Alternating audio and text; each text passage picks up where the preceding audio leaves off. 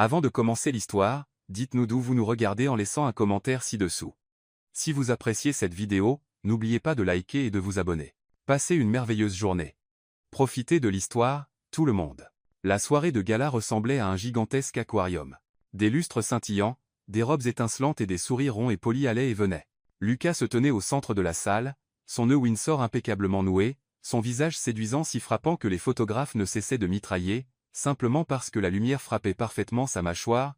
Il souriait poliment, hochait la tête au bon rythme, mais se sentait aussi vide qu'un verre de champagne vidé. À 18 h, il envoya un seul texto à son assistant. « Lance la rumeur. » L'assistant rappela immédiatement, la voix tremblante. « Êtes-vous sûr, monsieur ?»« Plus sûr que jamais, » répondit Lucas, son ton étrangement calme. 5 minutes. Le plan était simple. Faire fuiter la rumeur que Lucas était ruiné, pas de documents, pas de confirmation de presse, juste assez pour que ça se répande comme l'odeur du pain frais dans une cuisine. Tout le monde la sent avant de demander la recette. C'était, il faut l'admettre, un jeu insensé. Mais après des années à patauger dans des compliments vides, il voulait savoir, quand l'argent disparaît, que reste-t-il? Sophie arriva alors que l'horloge approchait 7 heures. Elle était aussi éblouissante qu'une publicité pour bijoux, épaules nues, diamants à la gorge, yeux charbonneux. Elle marcha directement vers lui, glissa son bras sous le sien, son sourire parfaitement mémorisé. « Chérie, ce soir, nous devons prendre des photos avec les sponsors et la table de l'ambassadeur aussi.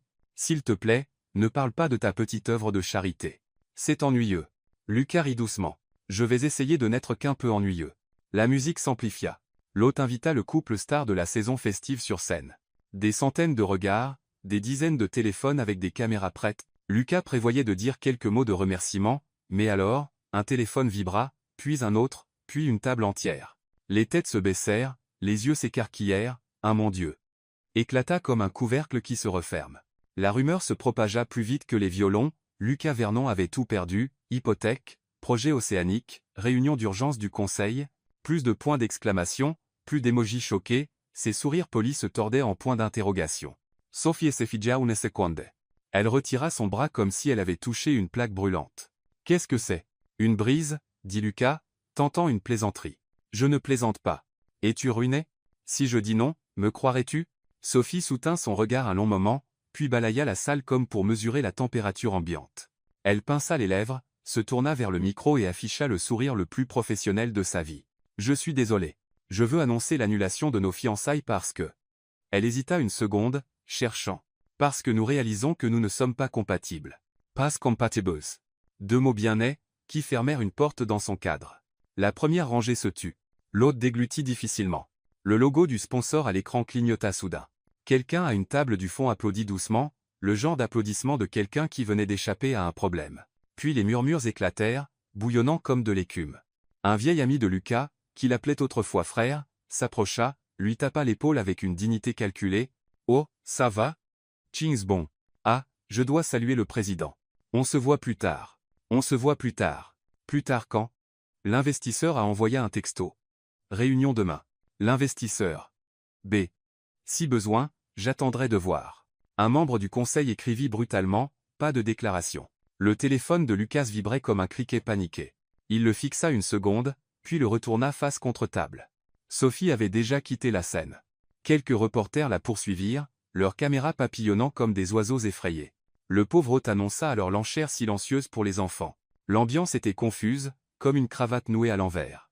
Lucas restait immobile, souriant légèrement, souriant parce que son test de loyauté avait trop bien fonctionné, souriant parce qu'il était l'idiot qu'il avait inventé, souriant parce qu'il ne savait pas quoi faire d'autre. Il s'éloigna des projecteurs et se glissa par un chemin latéral dans le couloir. La porte se referma derrière lui, étouffant musique et murmures avec son bois épais. Le couloir était vide, la climatisation ronronnait régulièrement. Une pancarte réservée au personnel pendait mollement. L'odeur de cire à plancher, de lys dans un vase au bout du couloir et une légère note métallique de l'escalier de secours persistaient. Ses chaussures claquaient contre le sol en pierre, sonnant seul. Il s'assit sur un banc en cuir près de la porte de sortie. Son smoking coûteux se froissa au poignet. La cravate se resserra come un eau coulante. Il la desserra, inspira, puis inspira encore. Soudain, il se rappela son petit appartement d'étudiant, la vieille casserole en aluminium, et un paquet de nouilles instantanées sur l'étagère. À l'époque, il avait deux choses. Du temps et des rêves. Maintenant, il avait tout sauf la certitude que quelqu'un le voyait comme une personne, pas comme un portefeuille souriant. Son téléphone continuait de vibrer. Il l'ouvrit. Un texto de sa mère. « Vas-tu bien ?» Il tapa « Je vais bien », mais s'arrêta. Il n'allait pas bien. Le sentiment d'être valorisé en 30 secondes avait laissé une petite éraflure sur son cœur. Un chat de groupe sonna. « Retrouvons-nous ce week-end, si nous sommes toujours invités. » Les parenthèses, longues et lâches, comme une ficelle prête à glisser. Lucas appuya sa tête en arrière, fixant le plafond. Un test de loyauté. Il avait juré de ne jamais tomber dans des pièges émotionnels bon marché, pourtant il avait orchestré tout un théâtre pour cela. Peut-être était-il trop confiant. Peut-être égoïste. Peut-être simplement fatigué. La porte de la salle de bal s'entr'ouvrit. La musique s'échappa, puis s'arrêta. Un jeune serveur jeta un coup d'œil, surpris de le voir, hésita, puis fronça les sourcils comme s'il se rappelait la grande nouvelle. Il s'inclina rapidement et referma la porte. Lucas laissa échapper un bref rire. Même le serveur avait peur de s'approcher, comme si toucher la malchance était contagieux. Dans sa poche, un petit bout de papier lui piqua le côté. Il le sortit, une liste de personnes avec qui prendre des photos ce soir, donnée par Sophie plus tôt. À côté du nom du sponsor, elle avait griffonné au stylo. « Place-toi à gauche pour montrer la montre. » Les RP adorants. Il fixa l'écriture inclinée et trouva cela soudain hilarant. Il plia le papier, le remit dans sa poche, comme pour ranger une vieille saison. Un léger grincement résonna au bout du couloir, comme de petites roues qui tournaient. L'odeur du produit nettoyant s'intensifia. Lucas inclina la tête. Personne. Il réalisa qu'il était assis depuis 10 minutes et qu'il venait seulement de remarquer à quel point l'odeur était agréable, simple, propre, sans rien chercher à prouver. Son téléphone s'alluma de nouveau. Aucune réponse à la presse des RP. Réunion à 9 heures demain du directeur financier. Ne t'inquiète pas, je suis toujours là de sa mère. Il répondit d'abord à cette dernière. Je vais bien. J'ai juste besoin d'air. Il marcha jusqu'à la petite fenêtre au bout du couloir. Dehors, la ville scintillait comme si le ciel s'était répandu sur le sol. Au loin, des sirènes hurlaient. Des lumières rouges et vertes dansaient. Il appuya son front contre la vitre fraîche, souhaitant soudain disparaître de tous les titres, Lucas avant les réunions, Lucas avant les articles, Lucas avant de choisir la bonne cravate pour la mauvaise personne. La porte réservée au personnel s'entr'ouvrit légèrement, un ruban de lumière jaune se répandant sur les carreaux. À l'intérieur, des bavardages légers, quelqu'un riant de quelque chose d'ordinaire, comme l'aspirateur qui s'était encore cassé aujourd'hui. Si simple, cela adoucit sa poitrine. Il s'assit à nouveau. Une faim brute le frappa, une faim qu'aucun canapé de caviar ne pouvait apaiser. Il imagina un bol fumant de nouilles garni d'un œuf au plat. Il souhaita que quelqu'un lui demande, non pas. Quel est votre plan pour les actionnaires? Mais, as-tu mangé? Soudain, une pensée jaillit, le faisant rire sèchement, peut-être que la prochaine fois, je devrais tester les gens en ne les testant pas du tout. Cependant, la sagesse arrive toujours trop tard. Pour l'instant, il n'était que l'homme laissé sur scène. La porte de la salle de bal s'ouvrit à nouveau, et un groupe d'invités passa, riant, laissant derrière eux un lourd parfum. Ils ne le remarquèrent pas. Tant mieux. Lucas étira ses jambes et relâcha ses épaules. Les roues grinçantes se rapprochèrent, puis s'arrêtèrent. Un silence doux, comme des bulles de savon.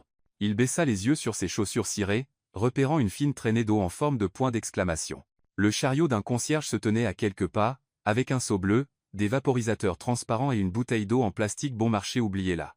Une lumière froide scintillait à la surface du seau, ondulant comme une musique de fond venue d'un autre monde, loin de la symphonie de la salle de bal. Lucas ravala un soupir. Dans la salle de bal, il était une nouvelle fracassante. Dans ce couloir, il n'était qu'un homme fatigué. Peut-être, pour la première fois depuis longtemps, avait-il assez de calme pour s'entendre, pour entendre son cœur battre régulièrement, pour entendre le grincement patient de petites roues roulant sans ostentation. Il s'adossa et ferma les yeux un instant. Ce soir, le test de loyauté était terminé. Résultat, Sophie avait choisi de partir, les amis avaient choisi le silence, les partenaires avaient choisi la distance, et lui avait choisi de s'asseoir ici dans l'odeur du nettoyant pour sol, là où personne n'exigeait qu'il brille. Et pour la première fois, Lucas se sentit vraiment seul, si seul qu'une seule petite pensée simple restait dans son esprit, intacte par les actions ou les actifs. J'aimerais que quelqu'un me demande simplement « Vas-tu bien ?» Au bout du couloir, le léger raclement d'un balai résonna. La nuit avançait lentement, et quelque part derrière cette porte réservée au personnel, le destin retroussait ses manches. Le couloir restait silencieux, avec seulement le lent crissement des roues du chariot de nettoyage qui passait. Lucas était assis, affalé, tournant distraitement le bouchon d'une bouteille d'eau vide. Son reflet flou dans la porte vitrée ne différait pas de celui d'un joueur expulsé d'un casino. Le bruit d'un balai frottant le sol, swish, swish, brisa le silence. Lucas leva la tête, et pour la première fois ce soir-là, il vit un visage totalement inconnu dans la mer de connaissances. Une jeune femme en uniforme bleu foncé de concierge, les cheveux soigneusement attachés en arrière, tenait un balai presque aussi grand qu'elle. Elle s'arrêta, le fixa pendant quelques secondes, puis éclata soudain de rire. « Pourquoi êtes-vous assis là comme un chiot abandonné ?» Lucas cligna des yeux, surpris. On le qualifiait habituellement de jeune homme d'affaires prospère, le chevalier blanc du monde de l'investissement. Personne ne l'avait jamais comparé à un chien errant sur un porche. Pourtant, son ton était innocent, sans la moindre moquerie. Il esquissa un sourire. Au moins, un chiot errant inspire de la sympathie. Moi? Pas si sûr. La fille haussa les épaules, appuya son balai contre le mur et sortit une bouteille d'eau en plastique bon marché de son chariot, du genre réservé au personnel de l'hôtel. Yel la lui tendit. Buvez. Vous avez l'air déshydraté. Lucas l'accepta, dévissa le bouchon. L'eau fraîche glissa dans sa gorge desséchée, étrangement apaisante. Il jeta un œil à l'étiquette tachée et rit. Je suis habitué à boire celle avec le logo montagne de neige. Mais celle-ci a meilleur goût. Bien sûr, répondit la fille, pragmatique. L'eau, c'est juste du H2O, seule l'étiquette coûte plus ou moins cher. Lucas manqua de s'étouffer. Il n'avait jamais entendu quelque chose d'aussi vrai, mais aussi drôle. Il rit, appuyant sa tête contre le dossier, riant jusqu'à ce qu'elle fronce les sourcils. Ça va? Je n'avais pas l'intention de vous rendre fou. Non, Lucas secoua la tête, essuyant ses yeux. C'est juste. Ça fait longtemps que je n'ai pas entendu quelque chose d'honnête. Elle posa ses mains sur ses hanches, inclina la tête, l'évaluant. Sérieusement, vous avez l'air hyper élégant. Je parie que 100 personnes vous flattent tous les jours. Ouais, à peu près. Alors je comprends. Vous êtes saoul de compliments maintenant. Même une phrase normale vous choque. Lucas éclata de rire à nouveau. À cet instant, il ressentit un étrange soulagement. Pas de lumières éblouissantes, pas d'applaudissements creux, juste une inconnue lui parlant comme s'il était un voisin qu'elle venait de croiser dans l'ascenseur. Je m'appelle Emma, dit-elle, offrant un sourire éclatant avec sa main. Je suis concierge de nuit ici à l'hôtel. Lucas. Il hésita, puis pensa, pourquoi se présenter comme un millionnaire de l'immobilier? À la place, il dit simplement, temporairement sans emploi. Emma cligna des yeux, puis haussa les épaules comme si cela n'avait pas la moindre importance. Le chômage, ce n'est pas si mal. Au moins, vous n'avez pas à passer la journée enterrée dans des réunions. Moi? Une fois que j'ai fini de nettoyer le couloir, je peux m'asseoir, écouter de la musique, manger des biscuits. Lucas faillit rire à haute voix. Qui au monde comparerait nettoyer des sols au chômage? Pourtant, cela ne semblait pas moqueur, juste sa perspective. Emma s'assit sur le bord du banc, à quelques mains de distance. Elle inclina la tête, croisant son regard directement. Mais sérieusement, ça va? Vous avez l'air d'avoir pris un coup en pleine face.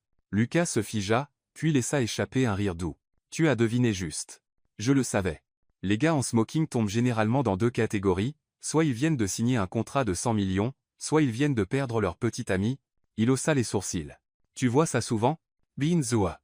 Je travaille dans un hôtel. Chaque soirée de gala a son lot de maris réprimandés par leurs femmes, de femmes ignorées par leurs maris, et d'hommes soignant un cœur brisé. Ils ont tous la même tête, drôle et pitoyable. Lucas hocha la tête, pensif. Je suppose que je suis dans la dernière catégorie. Félicitations. Vous êtes officiellement membre du club des cœurs brisés du couloir de l'hôtel. Ils rirent tous les deux en même temps. Le son résonna dans le couloir froid, allégeant en quelque sorte la lourdeur de l'air. Lucas Aosa, observant Emma un long moment. Elle ne portait pas de maquillage, juste des yeux brillants et un sourire honnête. Pas de questions indiscrètes, pas de tentative de plaire, juste du soin. En lui, une corde silencieuse vibra. Il pensa. Être que ce soir n'a pas été un échec total après tout. Emma se leva, reprit son balai.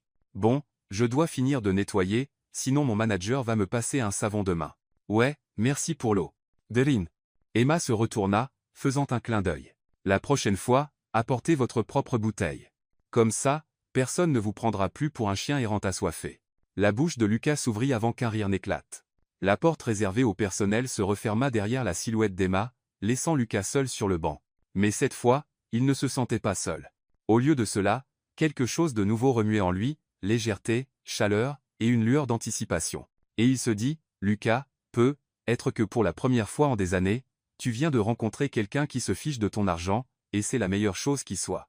Après cette nuit dans le couloir, Lucas se retrouva à retourner à l'hôtel plus souvent que nécessaire. Il dit à son assistant. J'ai besoin d'air. L'assistant hésita avant de demander, de l'air, ou quelqu'un nommé Emma. Lucas lui lança un regard noir et fit semblant d'être occupé à ouvrir son calendrier, qui était entièrement vide. Cette fois, il décida de s'engager pleinement dans son déguisement de pauvre. La voiture de sport resta enfermée dans le garage souterrain. Il prit un taxi à la place, vêtu d'une chemise simple et d'une paire de jeans délavés presque blancs.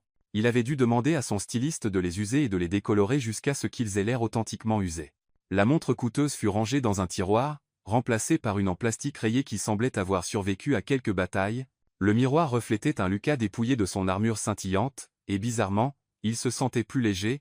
Le lendemain soir, Lucas se présenta dans le hall du personnel, portant 2 canettes de soda du distributeur. Il n'avait même pas eu le temps de regarder autour de lui qu'Emma émergea du coin, poussant son chariot de nettoyage, son visage rayonnant comme une ampoule neuve. « Eh bien, regardez qui voilà, monsieur sans emploi », lança Emma en agitant la main. « Vous avez l'air encore plus pauvre qu'hier. Du progrès. Quelle évaluation professionnelle. » Lucas rit, lui tendant une des canettes. « J'ai même pratiqué la marche comme quelqu'un de fauché. Pas lent, dépense minimale. » « Marcher lentement n'a rien à voir avec l'argent, » répondit Emma sèchement. « Ce sont juste des chaussures trop serrées. Bref, que faites-vous ici à cette heure? J'avais besoin d'un endroit calme pour réfléchir. » Et puis, Lucas jeta un coup d'œil autour. « Il y a quelqu'un ici qui me donne de l'eau gratuite. » Emma pouffa, essuyant le comptoir avant de s'asseoir sur le bord du banc. Ils sirotèrent leur soda pendant que l'aspirateur bourdonnait quelque part au loin. « Alors, vous êtes vraiment sans emploi? » demanda Emma, pas curieuse, plus comme si elle commentait la météo. « Ouais, pour l'instant. Je pense à une reconversion. »« Ves quoi? Pas sûr. Je suis bon pour assister à des réunions, lire des rapports de 300 pages, prendre des notes sans faute. Ça a l'air ennuyeux. » Charlest. Lucas rit. « Même moi, je m'endors rien qu'en en parlant. » Emma inclina la tête. « Eh bien, voulez-vous apprendre à balayer les sols? Je vous enseignerai gratuitement. Reconversion réussie garantie. Est-ce que j'obtiens un diplôme? Vous obtenez un chiffon de nettoyage. 100% cotton. » Ils éclatèrent de rire ensemble. La facilité entre eux était surprenante, comme s'ils se connaissaient depuis plus longtemps qu'une seule nuit dans un couloir. Dans les jours qui suivirent, ils se croisèrent souvent, parfois près de la sortie de secours, parfois dans la salle du personnel, parfois dans la petite cour où les tapis étaient mis à sécher. Chaque rencontre était brève mais toujours assez longue pour laisser une impression durable d'un rire. Une fois, Lucas essaya de porter le seau d'eau d'Emma, tentant de prouver qu'il était un homme fort et sans emploi. Le seau glissa, et l'eau éclaboussa partout. Emma esquiva juste à temps. Lucas finit trempé des genoux aux chevilles. « Je suis tellement désolé », paniqua Lucas. « Je vais nettoyer. »« Avec quoi ?» Emma lui tendit la raclette comme une épée en bois à un soldat novice. Règle numéro 1, ne combattez pas le sol. Le sol gagne. Vous le lissez doucement. Le lissez? Oui. Léger, stable, patient. Lucas obéit, aussi sérieux que s'il résolvait une équation à $1 million. Emma croisa les bras, souriant. « Pas mal. 6 sur 10. Seulement 6. Vous pouvez repasser l'examen. Je suis une noteuse sévère. » Lucas rit. Pour la première fois depuis des années, le garçon doré toujours encensé était critiqué, et étrangement, il aimait ça. Ce 6 sur 10 lui donnait envie de réessayer. La salle du personnel avait un micro-ondes asthmatique et une rangée de casiers rouillés. Emma ouvrit sa boîte à lunch, l'odeur de frits emplissant la pièce. Lucas déballa un sandwich hâtif. « Tu veux échanger ?» proposa Emma. « Mes œufs sont vraiment bons. Je ne devrais pas. » « Allez, tu es sans emploi et encore difficile ?» Lucas capitula. Une bouchée d'œuf illumina ses yeux. « C'est délicieux. Pinsua. Le secret, c'est la sauce de poisson faite maison. Tu l'as faite? Rappelle-toi, je l'ai achetée à ma voisine. Mais j'ai volé sa recette pour sourire. Souris d'abord, et tout a meilleur goût après. » Lucas hocha la tête, mâchant pensivement. Emma consulta son vieux téléphone fissuré. « La pause est finie. Jedoy si ayer. » Elle se leva, mais avant de partir, plaça un petit paquet de biscuits dans sa main. « Pour quand la vie a un goût fade. Ça l'adoucira un peu. Merci, reine du ballet. Et toi, prince des poches vides. » Ils rirent à nouveau, fort et facilement. Parfois, c'était juste de courts textos. Emma liait rarement les réseaux sociaux. Son téléphone était si vieux que l'écran ressemblait à de la glace fissurée. Pourtant, ils avaient sauvegardé leurs numéros respectifs. Dans le téléphone d'Emma, Lucas était monsieur sans emploi. Dans celui de Lucas, elle était Emma, reine du ballet. « As-tu mangé? »« Oui. »« As-tu assez dormi? »« Assez, sauf quand l'aspirateur se rebelle. J'apporterai des menthes demain pour le calmer. Les menthes ne répareront pas l'aspirateur, mais elles répareront la personne qui le tient. » Leurs petits échanges étaient chaleureux, comme un vieux micro-ondes peinant à chauffer un repas. Une nuit pluvieuse, des éclairs zébraient au-delà des portes vitrées. Emma transportait des tapis roulés, ses épaules humides de pluie. Lucas se tenait sous l'auvent, observant. « As-tu un imperméable? »« J'en ai un, mais il a un trou en forme de cœur brisé, » dit Emma si sérieusement que Lucas faillit la croire. « Le cœur de qui? » Celui du manteau. Cet après-midi-là, Emma envoya un texto court et direct, 10 à 8 heures, supermarché. Il y a une promo. Lucas fixa le message et éclata de rire. Il avait reçu des centaines d'emails commençant par « Cher Monsieur Lucas », accompagnés de propositions à $1 million, mais jamais personne ne l'avait invité à sortir avec une vente à rabais. Il arriva à l'heure, vêtu d'une chemise froissée et de vieilles chaussures pour correspondre à la scène. Emma se tenait devant le supermarché économique, les cheveux attachés haut, enveloppée dans une veste grise usée. Elle agita les deux mains avec excitation. « Dépêche-toi. Les nouilles en promo sont presque épuisées. » Lucas cligna des yeux, encore en train de digérer, quand Emma lui saisit le poignet et le traîna à l'intérieur comme s'il courait un marathon. À peine entrés, ils furent engloutis par la foule d'acheteurs. Une affiche criarde indiquait « Nouilles instantanées, 50% de réduction », et là, un groupe de ménagères se disputait presque les rayons. Lucas fut entraîné dans la frénésie. Sa main toucha à peine un paquet qu'Emma le lui arracha à une vitesse fulgurante, brandissant son trophée. « Ah ! Les mains rapides survivent. C'est de la triche », feignit Lucas, indigné. Au supermarché, il n'y a pas de triche, juste d'élan. Lucas ne put retenir son rire, et bientôt, il attrapa un autre paquet, le brandissant comme un trophée pour restaurer son honneur. Emma fit la moue, mais ses yeux pétillaient de joie enfantine. Ils errèrent d'allée en allée, rivalisant pour des rouleaux de papier toilette en promo comme deux écoliers espiègles. Pour Lucas, c'était la première fois qu'il vivait le chaos des courses à rabais. Épuisant, oui, mais étrangement excitant. D'habitude, je passe un coup de fil, et quelqu'un livre une boîte entière à ma porte, avoua-t-il. Alors, tu as raté la gloire de gagner le dernier rouleau de papier toilette. Emma brandit son prix comme une coupe en or. Lucas rit si fort que les passants se retournèrent. Ce soir-là, Emma ramena Lucas dans son petit appartement. Il était au 3e étage, avec des murs écaillés par endroits, des meubles vieux mais bien rangés. Sur une étagère trônait un petit cactus avec une note collée à côté, « Ne t'avise pas de mourir ». Les yeux de Lucas vagabondèrent jusqu'à une bibliothèque usée. Pas de manuel de finance, seulement des bandes dessinées, des livres de cuisine et quelques romans d'amour. Il sourit doucement. « Ton endroit, il est vraiment charmant. Charmant grâce à ce cactus. Je l'ai gardé en vie pendant 2 ans. Il ne m'a pas encore abandonné. » Contrairement à certaines personnes. Lucas resta silencieux un instant, incertain s'il devait rire ou ressentir la piqûre derrière ses mots. Mais Emma s'était déjà tournée vers la cuisine, sa voix lumineuse. « Bon, voici la cuisine. 2-8. » Ils disposèrent les ingrédients. Un paquet de nouilles, quelques œufs, des épinards d'eau, une bouteille de sauce de poisson. Lucas observa la sauce avec méfiance, reculant d'un pas. « Ça sent trop fort. L'odeur forte, c'est la saveur. Essaye. » Emma cassa les œufs, les battant rapidement dans la poêle, ses mouvements assurés comme ceux d'une artiste au travail. Lucas fut chargé de laver les légumes. Il éclaboussa de l'eau partout, trempant le comptoir. « Tu laves les légumes ou tu leur donnes un bain ?» taquina Emma. « Je veux qu'ils soient absolument propres. S'ils sont absolument propres, il ne reste rien à manger. » Lucas se figea un instant, puis éclata de rire. Le dîner fut servi sur une vieille table en bois. Une assiette de fruits à la sauce de poisson, des légumes sautés, un simple bol de soupe et un paquet de nouilles partagées. Lucas s'assit, fixant l'humble repas avec une nervosité qu'il n'avait jamais ressentie dans les banquets 5 étoiles. Il prit un morceau d'œuf et mordit dedans. La saveur riche et savoureuse envahit sa langue. Ses yeux s'écarquillèrent. « Mon Dieu, comment c'est aussi bon ?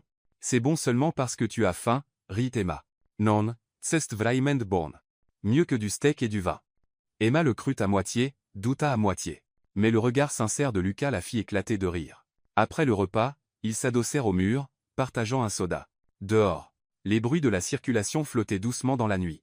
À l'intérieur, la petite pièce était paisible, remplie seulement de leurs rires et de bribes de petites conversations. Emma lui raconta ses années d'école, ses innombrables petits boulots, les réprimandes des clients, les salaires amputés par des patrons durs.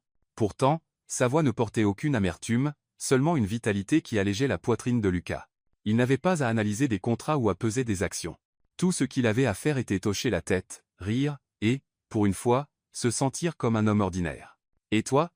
demanda Emma. « Avant d'être sans emploi, que faisais-tu » Lucas hésita, puis sourit faiblement. « Des réunions, des paperasses interminables. Honnêtement, des trucs ennuyeux. Alors le chômage est ta bénédiction, » déclara Emma avec un hochement de tête. « Maintenant, tu peux apprendre un vrai métier, comme frire des œufs. » Lucas rit, levant son soda pour trinquer avec le sien. Marché conclu. Cette nuit-là, quand Lucas quitta son appartement et descendit l'escalier étroit, il leva les yeux vers le ciel étoilé. Pour la première fois depuis des années, son esprit n'était pas sur les actifs ou la réputation.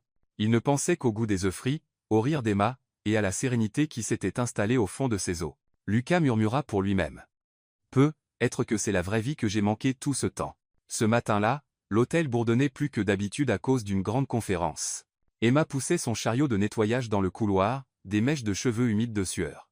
Lucas, comme toujours, se pointa, une tasse de café en papier à la main.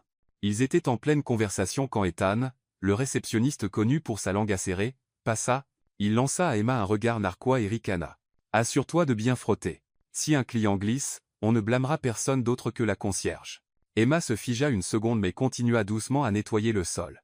Ethan ne s'arrêta pas, son ton dégoulinant de mépris. « Honnêtement, les gens comme toi ne sont bons qu'à baisser la tête et ramasser les ordures. Ne t'embête pas à rêver de lever les yeux. » La prise de Lucas sur son café se resserra jusqu'à ce que ses phalanges blanchissent. Une seule pensée le traversa, tranchante comme de la glace. Emma vaut plus que 10 hommes comme lui réunis. Il voulut bondir, renvoyer la cruauté d'État en plein visage, mais les yeux calmes et stables d'Emma l'arrêtèrent. C'était son lieu de travail, son territoire. Si Lucas faisait une scène, cela ne ferait que la mettre dans une position encore plus difficile. Il prit une profonde inspiration, se dirigea nonchalamment vers le comptoir de la réception. Sur le comptoir, une pile de dossiers désordonnés. Quelques factures portaient des falsifications évidentes, des chiffres réécrits à l'encre d'une autre couleur, une fraude, claire comme le jour. En feignant de chercher une brochure, Lucas laissa accidentellement glisser une page au sol, juste au moment où le manager passait. « Qu'est-ce que c'est » Le manager se pencha, fronçant les sourcils. Pourquoi les chiffres ont-ils été modifiés si grossièrement? Ethan, surpris, son visage se vidant de couleur. Ça doit être une erreur. Une erreur? La voix du manager se durcit. Je vais examiner chaque dossier. Si je trouve des preuves de fraude, vous connaissez les conséquences. L'air autour de s'anima de murmures. Ethan bégaya avant de battre en retraite, dépouillé de son arrogance antérieure.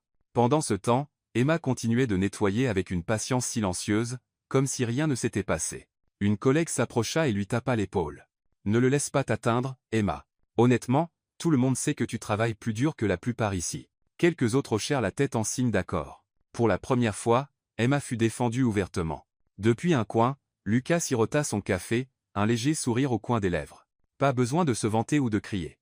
Un simple geste avait suffi pour que la vérité se révèle. En fin d'après-midi, Emma le trouva dans la cour arrière. Elle posa ses mains sur ses hanches, son regard à la fois amusé et suspicieux. « Et, as-tu arrangé quelque chose? »« Quoi? J'ai juste fait tomber un bout de papier. Tombé au moment parfait, à l'endroit parfait. Quelle coïncidence !» Lucas haussa les épaules, feignant l'innocence. « Pour Assad. H.M. Tu es doué pour ces petits mystères, n'est-ce pas ?» Ces mots sonnaient comme un reproche, mais ses lèvres s'incurvèrent en un sourire. Elle savait qu'il avait pris sa défense, mais d'une manière qui ne l'avait pas embarrassée. Au contraire, il avait fait en sorte que ses collègues la regardent avec respect. Ils s'assirent ensemble sur les marches arrière, partageant le paquet de biscuits qu'Emma avait apporté. « Tu n'es pas contrarié par ce qu'Ethan a dit ?» demanda Lucas doucement. « J'y suis habitué », haussa Emma les épaules. Mais aujourd'hui, c'était différent. Aujourd'hui, pour la première fois, quelqu'un a parlé en ma faveur. Lucas soutint son regard un long moment, puis sourit. « Parce que tu le mérites. » Emma leva les yeux au ciel, bien que son ton portât une pointe taquine. On dirait un avocat qui fait un discours de défense. « Peut-être que j'ai étudié le droit autrefois. Alors, tu as dû devenir sans emploi pour avoir perdu une affaire. » Lucas rit, ressentant une légèreté inattendue s'installer. À cet instant, il réalisa quelque chose. Soutenir quelqu'un ne signifiait pas toujours jeter de l'argent ou hausser la voix. Parfois, le plus petit acte suffisait pour leur faire savoir qu'ils n'étaient pas seuls. Quand Lucas quitta enfin l'hôtel, le coucher de soleil s'étendait longuement sur le trottoir. Ses pensées étaient claires. Emma n'était pas juste une concierge, pas juste ce que les autres choisissaient de voir. Elle était forte, gentille, un caractère valant plus que 10 Ethans réunis, et d'une certaine manière, Lucas savait avec certitude qu'il voudrait continuer à se tenir à ses côtés, pas seulement aujourd'hui, mais pour de nombreux jours à venir. Ce week-end-là, Emma envoya à Lucas un autre de ses petits textos directs, 15h, centre communautaire. Toviens. Lucas était assis seul dans son bureau, une pile épaisse de rapports étalés devant lui. Pourtant, il n'avait aucune envie d'en lire une seule page. Il jeta un œil au message, et un sourire tira sur ses lèvres. « J'arrive », répondit-il sans hésiter. Le centre communautaire se dressait dans un vieux quartier, ses murs striés de peinture écaillée, la grille en fer grinçant sur ses gonds. À l'intérieur, une grande pièce abritait des bureaux et des chaises en bois usé, les murs décorés de dessins au crayon de couleur des enfants, les rires jaillissaient de chaque coin. Emma l'accueillit d'un simple hochement de tête, sans cérémonie, sans présentation, avant de plonger directement dans le groupe d'enfants qui l'attendait. Lucas resta en retrait, mal à l'aise, comme un touriste perdu dans la mauvaise ville. « Pourquoi restes-tu planté là » appela Emma. « Retrousse tes manches et viens ici. » Surpris, Lucas haussa rapidement les épaules de sa veste et retroussa ses manches de chemise. Il s'abaissa sur une petite chaise, se sentant comme un géant maladroitement coincé dans une salle de classe de poupées. Un petit garçon lui fourra un crayon rouge dans la main. « Tonton, colorie ça pour moi. » Lucas baissa les yeux sur le papier, une maison, un soleil, un arbre. « Facile, pensa-t-il. » Mais après seulement quelques traits vitaux, son soleil débordait déjà des lignes, se transformant en un gâchis asymétrique. « Tonton colorie super mal, » cria le gamin en riant. Gêné, Lucas afficha un air sévère. « C'est de l'art abstrait, tu sais. Quel genre d'art ressemble à une tomate ?» lança une petite fille, déclenchant l'hilarité de tout le groupe. De l'autre côté de la pièce, Emma éclata de rire. Pour la première fois, elle vit Lucas, toujours si soigné, si composé, déconcerté comme un écolier. Après le temps de coloriage, Emma divisa les enfants en groupes pour un exercice d'orthographe. Lucas fut assigné au rôle de lecteur. Tenant la feuille de l'alphabet, il prononça lentement A, B, C. Les enfants l'imitèrent, mais chaque fois qu'ils arrivaient au Q, il les tirait en un coup dramatique, transformant la classe en un chœur espiègle. Lucas baissa la tête dans ses mains pendant qu'Emma riait si fort qu'elle faillit se plier en deux. Quel genre d'enseignement est-ce ? Taquina-t-elle. Je suis expert en contrat, pas en ABC, protesta Lucas. Une petite fille pointa son petit doigt sur la dernière lettre. Tonton, lis celle-là. Z. Faux. CZ. Chantèrent les enfants en chœur. Lucas leva les deux mains en signe de capitulation, et la salle éclata de rire. Pendant la pause, Emma sortit une boîte de biscuits. Les enfants se précipitèrent, chacun essayant de prendre le meilleur morceau. Lucas tendit la main pour en prendre un aussi, seulement pour être averti par un garçon 2 fois plus petit que lui. « T'es trop grand. Si tu manges trop, y en aura plus pour nous. »« Oh, désolé. Je n'en prends qu'un, » dit Lucas solennellement. « Hein ? Le plus gros ?» crièrent les enfants ensemble. Lucas s'effondra dramatiquement contre le bureau, feignant d'être vaincu, et les enfants hurlèrent de rire. Emma secoua la tête, mais son cœur se réchauffa. Lucas ne se comportait pas comme un adulte intouchable. Il n'avait pas peur de se ridiculiser, si cela rendait les enfants heureux. Et ce genre de rire illuminait toute la pièce. Quand la session se termina, Emma et Lucas empilèrent les chaises et les tables. Elle s'assit sur les marches, buvant à sa bouteille d'eau, et soupira. « Ça fait 3 ans que j'enseigne ici. Pas de salaire, juste quelques collations en soutien. Mais je ne peux pas partir. »« Parce que tu tiens à eux ?» demanda Lucas doucement. « Oui. Certains de leurs parents sont trop occupés. Certains n'ont pas les moyens pour des cours particuliers. Je pense que si ces enfants savent lire et écrire, peut-être auront-ils une chance d'ouvrir une autre porte. » Lucas resta silencieux. Il regarda autour de lui la salle de classe miteuse, les lettres tordues sur le tableau, puis revint sur Emma. Dans ses yeux brillants, il vit quelque chose qu'il n'avait jamais aperçu dans le cercle des riches qu'il fréquentait, une chaleur et une détermination que l'argent ne pouvait mesurer. « Kim penses tu » demanda Emma. Lucas sourit, secouant la tête. « Je pense que j'ai transformé le soleil en tomate. » Emma éclata de rire, inclinant la tête vers lui. « C'est exactement pourquoi ils t'ont aimé. Ils n'ont pas besoin de quelqu'un de parfait. Juste d'un grand gars prêt à jouer le jeu. » Lucas se fit. Ces mots ludiques frappèrent plus profondément qu'elle ne le réalisait. Pendant si longtemps, on l'avait qualifié de succès, de millionnaire, de grand partenaire. Personne ne l'avait jamais appelé par ce nom simple. Sur le chemin du retour, Emma marcha à ses côtés, balançant son petit sac d'épicerie. Lucas, pour la première fois, ne se sentait pas marcher dans les chaussures d'un PDG ou d'un homme riche. Il était simplement un gars qui venait de se faire moquer par un groupe d'enfants. Et étrangement, cela valait mieux que n'importe quelle victoire en salle de réunion. En regardant le ciel rouge-feu, Lucas pensa, peut-être qu'être appelé le grand tonton drôle vaut plus que tous les titres que j'ai jamais eus. La pluie d'été arriva soudainement, comme si quelqu'un dans le ciel s'était souvenu. Oh, j'ai oublié d'arroser les plantes aujourd'hui. Sur le trottoir devant le centre communautaire, les gens se dispersèrent, courant se mettre à l'abri. Lucas et Emma se tenaient sous un petit auvent, la pluie battante devant eux, des gouttelettes glacées éclaboussant leurs mains. Emma frissonna, son uniforme fin de concierge déjà humide. Lucas ne dit rien. Il retira simplement sa veste et la drapa sur ses épaules. « Et, qu'est-ce que tu fais ?» Emma leva les yeux, surprise. « Je te garde au sec. Mais tu vas être trempé. Tiens, j'ai une chemise naturellement imperméable. » Lucas sourit, ajoutant juste assez d'humour pour adoucir le geste. Emma laissa échapper un petit rire, mais sa poitrine se serra étrangement. La chaleur de sa veste pénétrait sa peau, plus chaude qu'aucun parapluie ne pourrait jamais l'être. Un glissement soudain sur les carreaux mouillés fit trébucher Emma. Lucas la rattrapa instinctivement, et en cet instant, elle tomba parfaitement dans ses bras. La pluie battante engloutit tous les autres sons, ne laissant que le rythme frénétique du cœur d'Emma. La distance entre eux s'évanouit. Leurs souffles se mêlèrent. Lucas baissa les yeux sur son visage rougi, et Emma leva les siens, rencontrant son regard, profond, stable, portant quelque chose d'inexprimé.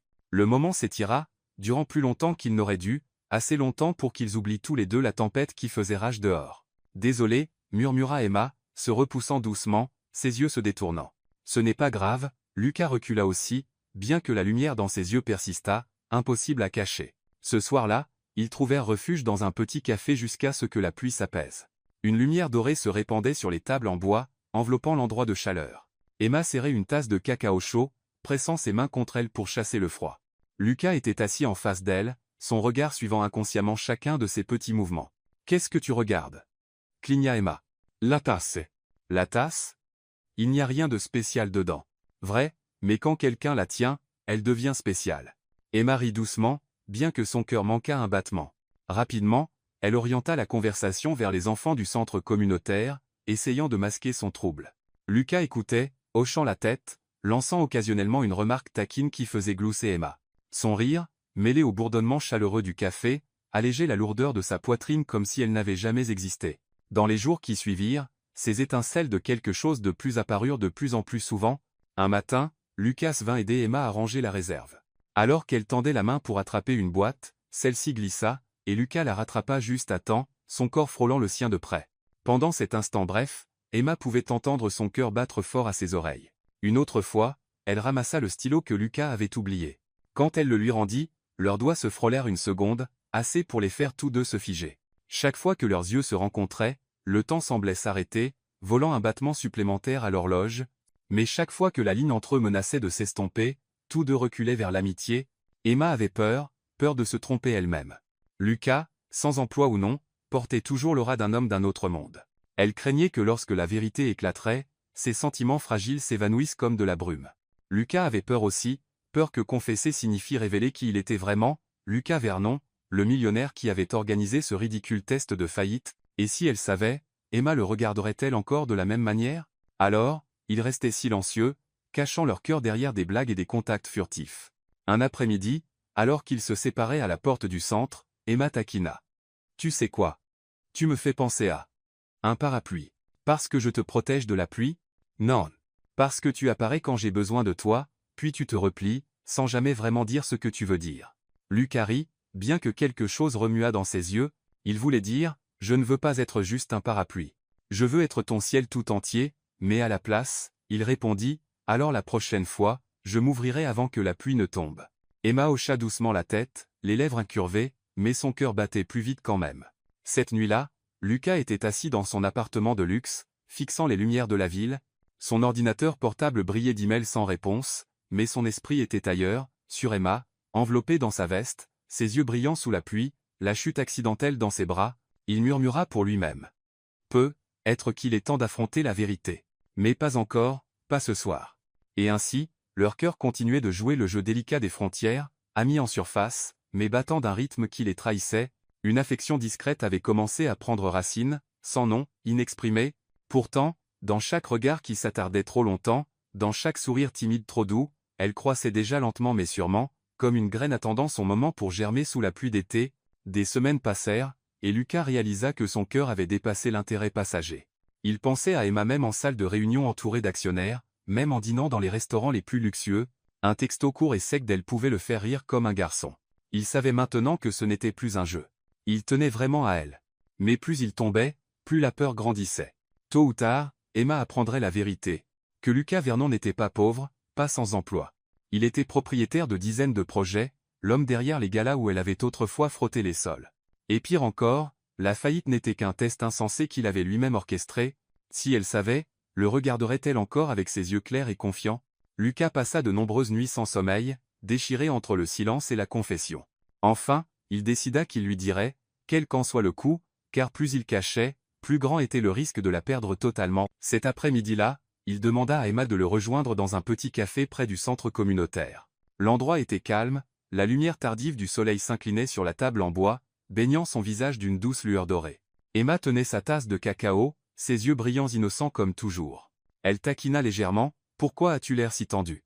Ne me dis pas que tu n'as plus d'argent pour les nouilles en promo. » Lucas déglutit difficilement, sa poitrine se serrant. Il souhaitait pouvoir rire comme d'habitude, mais sa gorge se contracta. Posant son café, il regarda droit dans ses yeux. « Emma, je dois te dire la vérité. » Ses sourcils se froncèrent. Ça a l'air sérieux. Il prit une profonde inspiration. « Je ne suis pas pauvre. Je ne suis pas sans emploi. La vérité, c'est que je suis millionnaire. » La pièce sembla sombrer dans le silence. Emma cligna des yeux, pensant qu'il plaisantait. Mais Lucas ne souriait pas. « Quoi ?» Sa voix s'étrangla. Toute cette histoire de faillite au gala. C'était juste un test. Je voulais savoir qui resterait à mes côtés, pas pour l'argent.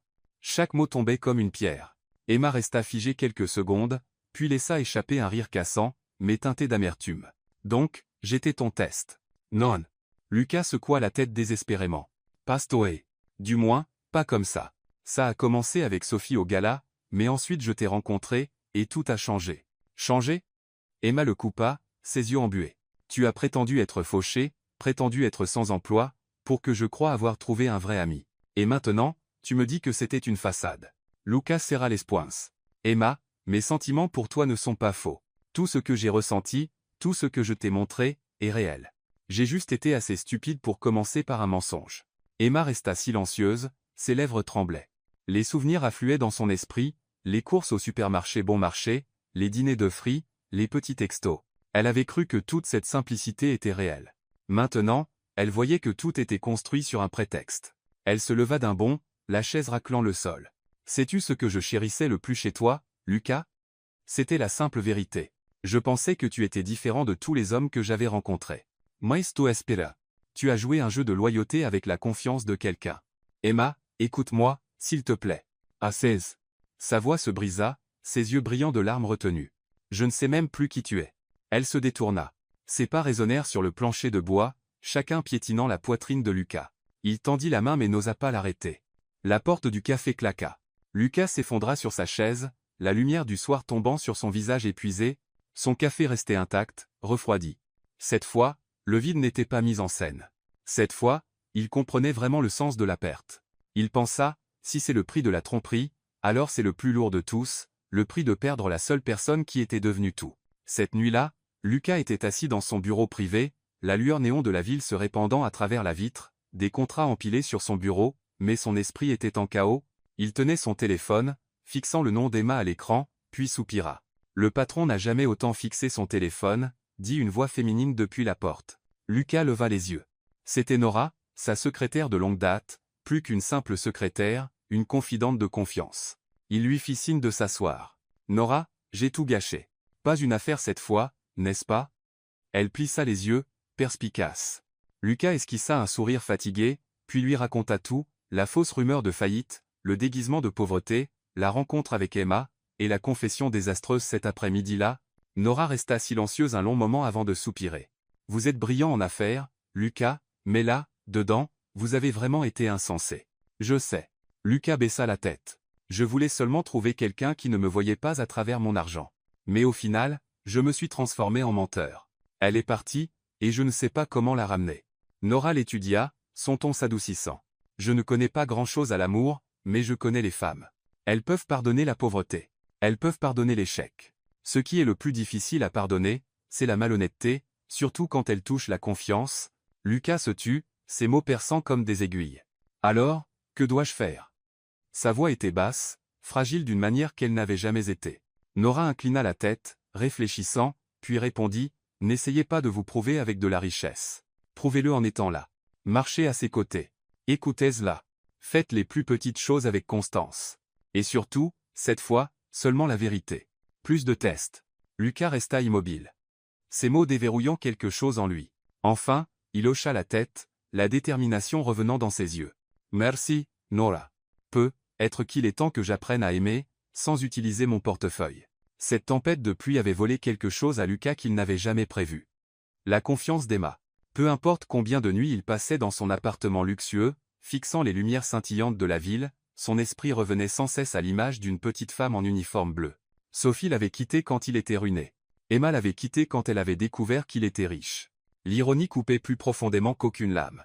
Mais après avoir parlé avec Nora, il comprit enfin. Le problème n'était pas l'argent. C'était la tromperie. Il avait transformé l'amour en test. Cette fois, s'il voulait garder Emma, il devait apprendre une nouvelle façon d'aimer, pas avec son portefeuille, mais avec son cœur. Le lendemain, Lucas se rendit au centre communautaire où Emma enseignait aux enfants. Elle portait encore son uniforme simple, les cheveux attachés haut, ses yeux fatigués mais brillants. Quand elle le repéra, Emma se figea une seconde, ses sourcils se fronçant. « Que fais-tu ici » demanda-t-elle, la voix plate. Lucas baissa légèrement la tête, comme un étudiant admettant son erreur. Pas pour t'acheter, pas pour faire des excuses, juste pour donner un coup de main. Emma resta silencieuse, prête à refuser. Mais les enfants avaient déjà éclaté en cris de joie en le voyant. « Et, c'est monsieur l'avocat abaissé !» crièrent-ils, courant vers lui. Le surnom ridicule arracha un rire réticent à Emma. Enfin, elle soupira et hocha la tête. « D'accord, mais tu n'es qu'un assistant. Pas des fanfaronaes. Pas gilet sons. »« Oui, madame, » répondit Lucas, levant la main comme un soldat. La classe commença avec l'alphabet, mais Lucas eut une idée. Il écrivit sur le tableau, « Loi de l'aire de jeu. » D'accord, les enfants. Imaginez qu'il n'y a qu'une seule balançoire. Comment la partager équitablement? À tour de rôle. Cria une fille. 5 minutes chacun. Ajouta un garçon. Lucas hocha la tête et nota chaque règle qu'il proposait. La classe bourdonnait d'excitation, les rires remplissant la pièce. Emma observait depuis le côté, un sentiment étrange remuant en elle. Lucas ne prêchait pas des théories ennuyeuses. Il transformait la loi en jeu. Les enfants adoraient ça. Quand la classe se termina, un garçon murmura timidement, « Monsieur, vous reviendrez demain ?» Lucas ébouriffa les cheveux du garçon. « Si mademoiselle Emma me laisse, je viendrai. » Emma entendit mais se détourna sans un mot. Même ainsi, son cœur manqua un battement inhabituel. Dans les jours qui suivirent, Lucas continua de se présenter, pas avec des roses ou des montres de luxe, mais avec de petits actes ordinaires. Il portait des chaises, essuyait le tableau, s'asseyait en tailleur sur le sol, découpant des bricolages avec les enfants. Un jour, il leur apprit à débattre équitablement, divisant en groupes pour discuter si les chats ou les chiens étaient plus mignons. La pièce éclata de rire, et Emma secoua la tête, à moitié amusée. Il est fou, mais d'une folie charmante. En dehors de la classe, Lucas changea aussi. Il parlait rarement de lui-même désormais. À la place, il écoutait. Il écoutait Emma raconter des histoires de son enfance, comment sa mère travaillait comme serveuse dans un dîner, comment elle jonglait autrefois avec 3 emplois juste pour rester à flot. Il se souvenait de chaque détail. Un soir, Emma soupira. « Je déteste cuisiner des nouilles instantanées. Elles sortent toujours à moitié crues ou pâteuses. » Lucas se redressa immédiatement. « Alors donne-moi une chance de prouver le contraire. » Le lendemain, il arriva avec un sac plein d'ingrédients. Œufs, oignons verts, saucisses. Dans la petite cuisine du centre communautaire, il travailla avec une concentration intense, chronométrant chaque seconde comme s'il signait un contrat de plusieurs millions. Le résultat. Des nouilles fumantes garnies d'œufs coulants, dorés et d'oignons verts frais. Lucas posa le bol fièrement devant elle. Voici l'art des nouilles instantanées. Emma goûta, ses yeux s'écarquillant. C'est vraiment bon. Alors, désormais, je suis le chef officiel des nouilles. Ce titre ne vient pas avec un salaire, tu sais. Je n'en ai pas besoin. Ton sourire suffit. Emma se figea. Les mots n'étaient pas sophistiqués, juste doucement sincères. Si sincères qu'elle ne pouvait se résoudre à croiser son regard. Tard cette nuit-là, après le départ des enfants, ils s'assirent dehors près du centre. La brise était fraîche, les lampadaires brillaient sur la cour vide. Lucas ouvrit 2 canettes de soda, en tendant une à Emma. « Je ne sais pas combien de temps il faudra pour que tu me fasses à nouveau confiance, dit-il doucement. Mais je suis prêt à être là tous les jours. Pas de grands cadeaux, pas de belles promesses. Juste la vérité. » Emma prit la canette mais resta silencieuse, son regard fixé sur la rue calme. À l'intérieur, le mur du doute n'avait pas encore cédé, mais des fissures commençaient à apparaître. Au cours des derniers jours, elle l'avait vu différemment, pas comme l'homme riche prétendant être pauvre, mais comme quelqu'un qui tâtonnait, apprenant à recommencer. La semaine suivante, Lucas se présenta avec des mains tachées de colle. Il s'assit sur le sol, fabriquant des cerfs-volants en papier avec les enfants, la ficelle s'en mêlant constamment. Les enfants rugirent de rire. « Monsieur, vous êtes grand, mais tellement maladroit. » Lucas rit sans défense et se tourna vers Emma. « Tu vois, je suis un échec total dans l'industrie des beaux-arts. » Emma se plia de rire, mais ses yeux s'adoucirent. Elle réalisa que Lucas se moquait d'être ridiculisé tant que cela rendait les enfants heureux. Un homme qui vivait autrefois dans le luxe était maintenant prêt à s'asseoir par terre avec des bouts de papier en désordre. Cela la touchait plus que n'importe quel cadeau. Un soir de week-end, Emma passa devant la cuisine communautaire et repéra Lucas en train de faire la vaisselle. Il portait un vieux tablier, les manches éclaboussées d'eau, le visage crispé alors que la mousse de savon s'accrochait obstinément, quelque chose dans sa poitrine s'adoucit à cette vue. « Et, qui t'a dit que tu pouvais utiliser mon tablier ?» demanda-t-elle, feignant de le gronder. Lucas se retourna, affichant un grand sourire. « J'ai l'imprunte juste. Veux-tu me poursuivre en justice? Je me défendrai volontiers. Un avocat de mousse de savon, hein? Exactement. Et ma défense est, laver la vaisselle est aussi une forme d'amour. » Emma éclata de rire mais n'ajouta rien. Silencieusement, elle prit un torchon et se tint à ses côtés, essuyant les assiettes. Leurs mains se frôlèrent à travers la mousse, s'attardant une seconde de trop, aucun ne recula. Aucun ne parla. Lucas ne supplia jamais directement le pardon. Au lieu de cela, il se prouva par de petits gestes, nettoyer les sols à ses côtés, aider les enfants avec leurs études, partager un bol de nouilles. Pas de discours fleuris, pas de cadeaux somptueux, juste de la patience. Emma ne l'exprima pas encore, mais elle commençait à le voir clairement. Derrière ses efforts maladroits se cachait une sincérité impossible à feindre. Riche ou pauvre, c'était quelque chose de réel. Et être, à partir de ces petites choses, la fragile graine de confiance prenait lentement racine dans son cœur. Tout commença par une simple photographie. Cet après-midi-là, Lucas avait porté une boîte de fournitures au centre communautaire pour Emma. Par coïncidence, un reporter de passage captura l'instant, un cadre fugace de Lucas Vernon, le millionnaire qui souriait rarement, regardant Emma avec une chaleur indéniable. En quelques heures, l'image était placardée sur un site de tabloïd sous le titre sensationnel. Le millionnaire Lucas Vernon secrètement impliqué avec une concierge d'eau. Les ragots se répandirent comme une traînée de poudre. Les colonnes en ligne spéculaient sur une histoire d'amour mal assortie, la moquant comme une histoire de Cendrillon qui aurait mal tourné. Un article ricana. Être que Lucas cherche une nouvelle expérience après avoir été largué par sa fiancée glamour. Emma était stupéfaite. Elle parcourut chaque mot, son cœur battant à ses oreilles. Au centre, les parents chuchotaient dans les coins. Les collègues lançaient des regards curieux. Ce soir-là, son téléphone vibra sans cesse. Des textos anonymes allant de la moquerie aux menaces voilées en passant par une curiosité intrusive. Elle ne s'était jamais sentie aussi exposée, aussi petite. Lucas apprit la nouvelle pendant une réunion du conseil. Un membre du conseil, à moitié plaisantin, remarqua, « Monsieur Vernon, l'entreprise doit-elle préparer un communiqué de presse sur votre humble vie amoureuse ?» Les rires éclatèrent autour de la table, la prise de Lucas sur son stylo se resserra, mais cette fois, il ne resta pas silencieux. Il leva la tête, la voix froide et stable. « Ma vie privée n'est pas une blague, et personne n'a le droit de transformer une femme innocente en spectacle. » Les rires s'éteignirent instantanément. Le regard de Lucas était si tranchant, si inébranlable, que personne n'osa ajouter un mot. Le lendemain matin, le chaos attendait devant le centre communautaire. Des dizaines de reporters bloquaient le chemin d'Emma, les flashs crépitants, les questions fusant comme des flèches. « Êtes-vous vraiment la nouvelle amante de Lucas Vernon? Depuis combien de temps le connaissez-vous? Utilisez-vous cette relation pour sortir de la pauvreté ?» Emma se figea, la panique montant alors qu'elle reculait. Chaque question perçait son calme fragile, menaçant de briser le peu de paix qu'elle conservait. Puis une silhouette élancée, fendit la foule. Lucas s'avança, se plaçant fermement entre elle et le mur de caméra. « À 16. » Sa voix résonna. « C'est ma vie privée. Ne mêlez pas Emma à ça. Elle n'est pas une figure publique. Si vous voulez une histoire, écrivez sur moi. » Les reporters bourdonnèrent, déstabilisés. L'un d'eux insista. « Donc, vous admettez que la rumeur est vraie ?» Lucas regarda directement la caméra la plus proche sans une once d'hésitation. « La seule vérité que je confirmerai est celle-ci. Emma n'est pas un jouet pour votre amusement. Elle mérite le respect, tout comme chacun de vous. » L'air devint immobile. Pendant un instant, personne n'osa poser une autre question.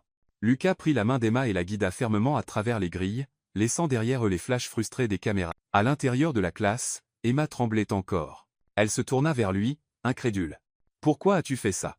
Tu sais que la presse va creuser encore plus maintenant. » Lucas sourit faiblement, bien que la fatigue ombrageât ses traits. « Je sais, mais je sais aussi que si je n'étais pas intervenu aujourd'hui, tu aurais dû tout affronter seul, et ça, je ne pourrais jamais le permettre. » Le souffle d'Emma se coupa. Pour la première fois de sa vie, quelqu'un s'était tenu entre elle et la tempête, pas avec des mots vides, mais avec une action indéniable. Depuis l'enfance, elle avait enduré en silence lorsqu'on la rabaissait, lorsqu'on l'ignorait. Mais voici un homme qui ne se contentait pas de prétendre se soucier, il l'avait prouvé devant le monde entier. Lucas. Sa voix vacilla, épaisse d'émotions inexprimées. Il sourit simplement, ses yeux s'adoucissant. « Tu n'as rien à dire. Sache juste que cette fois, je ne partirai pas. » Les jours suivants furent un tourbillon de titres. Certains continuaient de se moquer d'elle. D'autres spéculaient sans fin. Mais progressivement, un changement commença. De nouveaux articles apparurent, Lucas Vernon, un millionnaire qui défend une travailleuse contre la frénésie médiatique. L'image de lui protégeant Emma circula largement, louée comme un véritable acte d'homme. Emma lut ses mots, son cœur tremblante. La douleur de la trahison passée persistait, mais elle ne pouvait nier ce qu'elle voyait maintenant.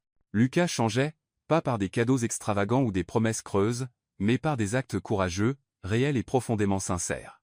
Un soir, Emma demanda à Lucas de la rejoindre sur le toit du centre. L'air nocturne était frais, parfumé des premières fleurs de la saison. Elle s'appuya contre la balustrade, silencieuse un long moment avant de parler enfin. « Je ne sais pas si je peux te faire totalement confiance encore », admit-elle doucement. Mais ce jour-là, quand tu t'es tenu devant moi, quelque chose semblait différent. Lucas s'approcha, sans toucher, regardant seulement le même ciel. « Je ne demande pas un pardon instantané. Tout ce que je veux, c'est que tu saches ceci. Cette fois, je te protégerai, même si le monde entier te tourne le dos. » Emma se tourna, croisant ses yeux. L'arrogance avait disparu. Ce qui restait était une stabilité tranquille et une tendresse qui lui serra la poitrine.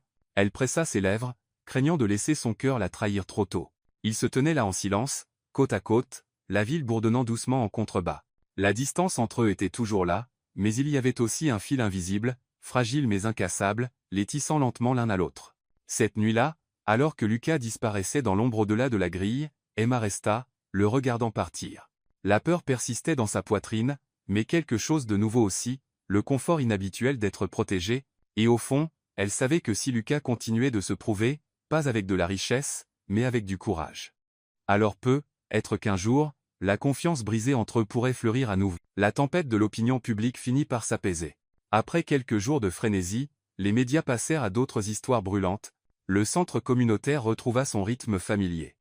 Les voix des enfants résonnant pendant qu'ils lisaient, la poussière de craie dans l'air, le son des rires emplissant les couloirs, mais pour Emma, rien n'était tout à fait pareil. Elle ne pouvait oublier l'image de Lucas se tenant devant la presse, la protégeant avec une résolution inébranlable. Ce n'était pas Lucas le millionnaire, ni Lucas, l'homme prétendant être pauvre. C'était simplement un homme de chair et de sang, prêt à prendre chaque coup pour qu'elle n'ait pas à le faire. Pour la première fois, Emma se demanda si elle avait été trop dure, en s'éloignant de quelqu'un qui essayait clairement de changer pour elle. Cet après-midi-là, Lucas réapparut. Il ne portait pas de costume, pas de chauffeur en vue, juste une chemise simple, un air détendu, et un sac de biscuits pour les enfants à la main. Emma attendit qu'il finisse d'arranger les boîtes avant de l'appeler doucement. « Lucas !» Il se tourna, surpris. Il y avait encore de l'hésitation dans ses yeux, comme si chaque mot d'elle pouvait être un adieu final. Emma prit une inspiration, sa voix lente mais ferme. « Je suis prête à te donner une autre chance. » Les yeux de Lucas s'illuminèrent instantanément, mais avant qu'il ne puisse parler, Emma leva la main pour l'arrêter. « Mais cette fois, il y aura des limites. Des limites claires. » « Des limites ?» Lucas fronça légèrement les sourcils. « Tu dois respecter mon indépendance. Je ne veux pas être celle qui dépend, ou celle qui est sauvée. Je veux le droit de me tenir sur mes propres jambes. » Lucas écouta attentivement, puis hocha la tête. « Je promets. » Emma soutint son regard, puis ajouta doucement. « Et je vais essayer d'apprendre à faire confiance. J'ai été trompée trop de fois dans ma vie, et ce qui s'est passé avec toi m'a rendue encore plus craintive. Mais si je continue à douter pour toujours, nous n'irons nulle part. » Un léger sourire tira sur les lèvres de Lucas, comme si un grand poids avait été levé. Il tendit la main. « Alors recommençons, comme deux personnes ordinaires. » Emma regarda cette main un instant avant de placer la sienne dans la sienne. Elle était chaude, stable, ni trop serrée, ni trop lâche, juste assez pour la faire se sentir en sécurité. Les jours qui suivirent furent véritablement un temps où ils commencèrent à apprendre à aimer. Comme il l'avait promis, Lucas n'apparaissait plus comme le millionnaire éblouissant. Il aidait Emma à ranger les salles de classe, à déplacer les bureaux, même à laver les chiffons du tableau. Une fois, quand Emma dut rentrer précipitamment pour une affaire familiale, Lucas prit en charge la classe lui-même et enseigna aux enfants comment rédiger un contrat équitable en transformant les échanges de bonbons en jeux. Emma, en retour, essayait de faire davantage confiance. Quand Lucas proposa de la ramener chez elle en voiture, elle hésita mais finit par acquiescer. Quand il parlait d'un gros projet, elle ne se mettait plus sur la défensive. Elle écoutait, posait des questions, et donnait même des suggestions pertinentes. Lucas réalisa avec surprise qu'Emma n'était pas seulement la concierge joyeuse. Elle était perspicace, logique, plus intelligente que certains de ses partenaires à la table de négociation. Un soir de week-end, ils allèrent faire des courses dans un petit marché de rue. Lucas insista pour porter le panier pendant qu'Emma choisissait soigneusement les légumes. Le vendeur rit et taquina. « Quel joli jeune couple vous faites !» Les joues d'Emma rougirent tandis que Lucas riait doucement. « Merci. Je prends cette bénédiction à l'avance. » Emma lui donna un coup de coude espiègle, mais une chaleur se répandit dans sa poitrine. Des moments simples comme celui-ci la convainquaient que l'amour n'exigeait ni yacht ni demeure, juste deux personnes côte à côte, souriant en achetant un bouquet d'épinards ensemble. De retour dans le petit appartement d'Emma, ils cuisinèrent. Lucas n'était plus l'homme désemparé en cuisine. Il avait appris à frire des œufs sans les brûler, à assaisonner les nouilles instantanées juste comme il faut. Emma s'assit à la table, le menton posé dans la paume, le regardant s'affairer. « Je pensais que tu ne savais commander que des dîners chics », taquina-t-elle. « Et maintenant, tu sais que je peux aussi cuisiner un repas de 20 minutes avec des œufs et des nouilles », répondit Lucas avec un sourire. « Et j'en suis heureuse. » Emma le regarda, et une pensée surgit sans crier gare. Être qu'entre nous, il n'y a plus cette distance de richesse ou de pauvreté, juste deux personnes apprenant à s'aimer comme des égaux. Pourtant, tout n'était pas toujours fluide. Parfois, Emma s'inquiétait à voix haute. « Es-tu sûr que ça peut marcher? Ton monde et le mien sont trop différents. » À chaque fois, Lucas répondait simplement avec une conviction calme. « Les différences signifient que nous avons plus à apprendre, et je suis prêt à apprendre tant que c'est avec toi. » Ces mots l'apaisaient à chaque fois, dissipant ses peurs peu à peu. Une soirée tardive, après la fin des cours, ils s'assirent ensemble sur les marches du centre. La nuit était calme, la lueur jaune des lampadaires projetant des halos doux autour d'eux. Lucas tendit à Emma une canette de soda, comme il l'avait fait depuis le premier jour de leur rencontre. « Tu sais, » murmura Emma, les yeux fixés au loin, « je pensais que je ne pourrais jamais faire confiance à un homme riche, mais tu m'as montré, être que ce qui compte. Ce n'est pas si tu es riche ou pauvre. C'est si tu me vois comme ton égal. » Lucas se tourna vers elle, un sourire doux dans les yeux. « Et tu m'as montré que l'amour n'a pas besoin d'un compte en banque. » Ils firent teinter leur canette de soda, un petit clink, doux mais chargé de sens. Cette nuit-là, alors que Lucas s'éloignait en voiture, Emma resta à la grille, regardant les feux arrière s'effacer dans la distance. Pour la première fois depuis des années, elle sentit qu'elle n'était pas seule. Et pour tous les deux, il était clair qu'ils ne se tenaient plus dans deux mondes séparés, ils étaient maintenant sur la même route, avançant lentement mais sûrement l'un vers l'autre. L'automne tardif s'était installé, une fraîcheur vive glissant par les petites fenêtres de l'appartement. Ce soir-là, après avoir fini son cours tardif, Emma rentra chez elle, fatiguée mais étrangement en paix. Elle poussa la porte et se figea. La pièce familière baignait dans une lumière jaune chaude, mais ce soir, elle n'était pas silencieuse. Sur la petite table à manger trônait un bol fumant de nouilles instantanées, un œuf frit au beurre doré, et deux canettes de soda fraîche posées côte à côte. « Lucas, murmura-t-elle. » Il sortit de la cuisine, pas en costume sur mesure, pas avec une montre de luxe, juste une chemise blanche aux manches retroussées.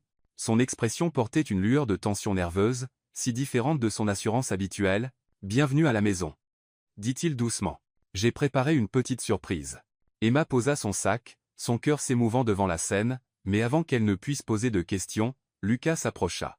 Son regard était stable, chargé de quelque chose de vaste et de profond. Puis il mit un genou à terre. De sa poche, il sortit une petite boîte en velours. La lumière accrocha un simple anneau à l'intérieur, pas les diamants scintillants des grandes demandes, mais quelque chose de bien plus simple. Lucas prit une inspiration, sa voix grave tremblant légèrement. « Emma, je ne peux pas te promettre des châteaux. Je ne peux pas te promettre d'acheter le monde. Mais je te promets ceci.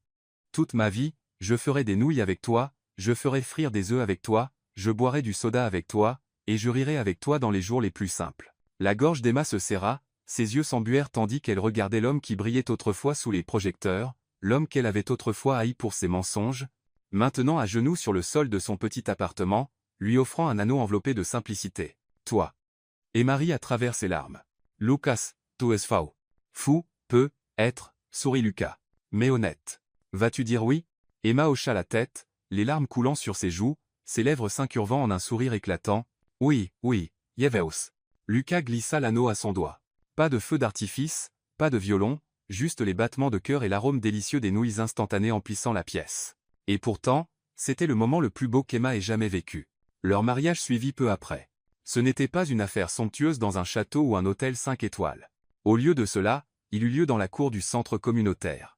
Les enfants gonflèrent des ballons, les voisins tendirent des rubans sur les murs, et les amis apportèrent des pots de fleurs de leur propre jardin. Emma portait une robe crème simple, rien d'extravagant, mais radieuse néanmoins.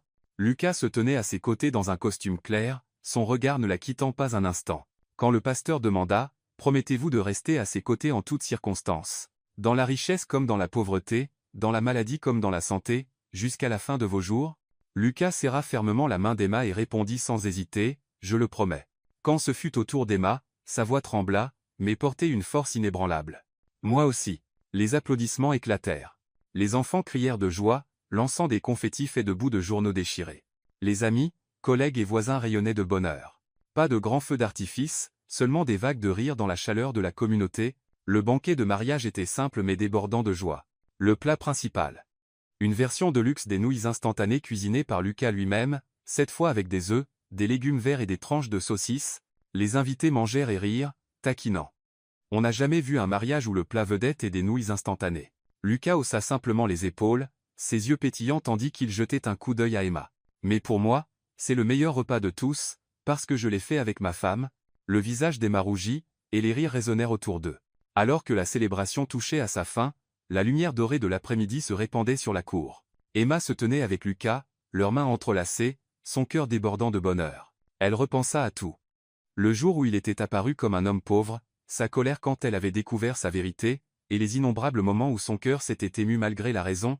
Lucas avait autrefois été l'homme abandonné, laissé derrière quand il était pauvre, non digne de confiance quand il était riche. Mais aujourd'hui, il n'était plus seul. Il avait trouvé un amour véritable, pas lié par l'argent, pas paré de grandeur, mais tissé de pure sincérité.